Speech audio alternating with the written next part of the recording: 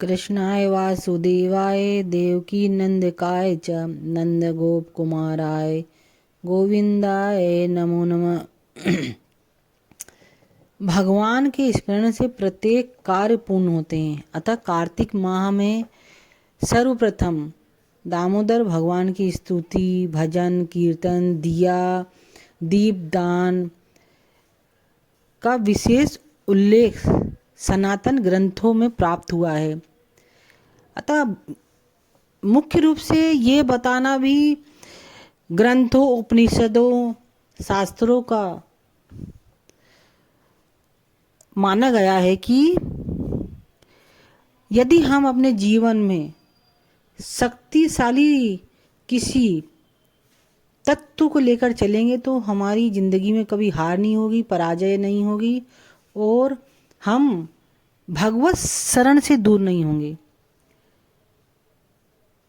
क्योंकि एक कथा आती है वृंदावन से संबंधित।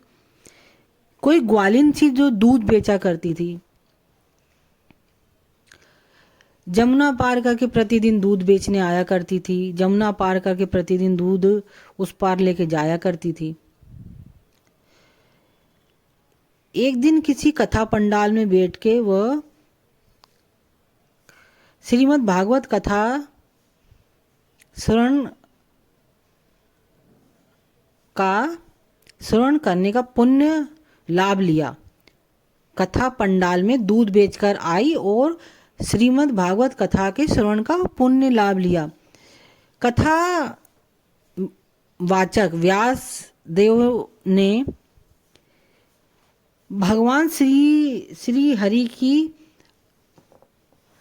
आह्लादनी शक्ति को संबोधित करते हुए कहा कि हम हर कार्य को करते हुए श्रीमती राधा जी का नाम उच्चारण करते हुए करेंगे तो ये कार्य उन्हीं के निमित्त माना जाएगा, उन्हीं को समर्पित हो जाएगा, उनकी हमें भूति भूति कृपा प्राप्त होगी। अतः प्रत्येक गृहस्थ को किसी भी कार्य को करते समय भगवत स्मरण करना कथा कर्ता ने मुख्य रूप से बताया कि राधे राधे राधे राधे करते। तो तब कथा पूर्ण हुई। तब वो ग्वालिन जो दूध बेच के आती थी उसने कहा कि अरे अब तो मुझे कुछ काम करने की जरूरत ही नहीं पड़ेगी। भगवान ने कहा कि आप तो भगवान को समर्पित कर, तो उनका नाम लो, सब काम हो जाएगा आपका। ग्वालिन राधा राधा करते करते कहने लगी कि अब मुझे ये यमुना जी पार करने के लिए जो प्रतिदिन 4 आने लगते थे वो 4 आने मुझे नहीं लगेंगे, क्योंकि अब मैं श्रीमती राधा जी का ध्यान और जाप करूंगी और उसी को करते हुए यमुना जी को पार करूंगी, जिससे कि मुझे नाव में जो प्रतिदिन 4 आने लगते थे दूध बेचने के बाद वो मेरे पैसे बचेंगे। इस प्रकार मन में विचार करके ग्वालिन यमुना पार राधा राधा राधा करके करने लगी। जैसे उसने यमुना जी में अपना चरण बढ़ाया तो यमुना जी में उसका चरण पैर पड़ते ही यमुना जी एकदम जल की धारा के ऊपर रखते हुए उसने जमुनापुरी पार कर ली। ऐसे ही दूसरे दिन आई वो अपने दूध की मटकियाँ लेके बेचने के लिए, राधा राधा करके फिर इस पार हो गई। तो जाते समय के 4 आने और आते समय के 4 आने, उसके 8 आने रोज बचने लगे। अब ग्वाली ने ये सोचा कि यार प्रतिदिन, ये तो मुझे बहुत अच्छा मंत्र दिया गुरुदेव ने कि प्रतिदिन मुझे 8 आने बच रहे हैं और मेरा धन बच रहा है और मेरा धर्म भी हो रहा है। मेरे तो दोनों का ऐसा करती हूँ, मैं गुरु जी को बुलाती हूँ अपने घर में, उनकी मैं ना तो सेवा और स्वागत करूँगी, अपने घर में भोज करूँगी। अगले दिन गुरु जी से निवेदन करती, प्रभु आप मेरे घर पधारें और कृपा करके आपने मेरे को बहुत बड़े धर्म का ज्ञान दिया है, जिससे मेरा जीवन अच्छे से खुशमय तरीके से व्यतीत हो रहा है और मेरे धन में भी वृद्धि हुई है। गुरु जी बोले ठीक है पुत्री, अपने साथ लेके वो गुरुदेव को चलती है। गुरुदेव कहते हैं बेटा नाव तो बुला लो, अपन पार कैसे करेंगी यमुना जी। नाव नाव क्यों गुरुजी, ग्वालिन बोली। आप तो प्रभु जी प्रतिदिन आपकी जो मंत्र दीक्षा दी उसी से मैं तो पार कर जाती हूँ। ग्वालिन ने कहा आप मेरे को अपना हाथ दीजिए। ग्वालिन ने गुरुदेव का हाथ पकड़ा।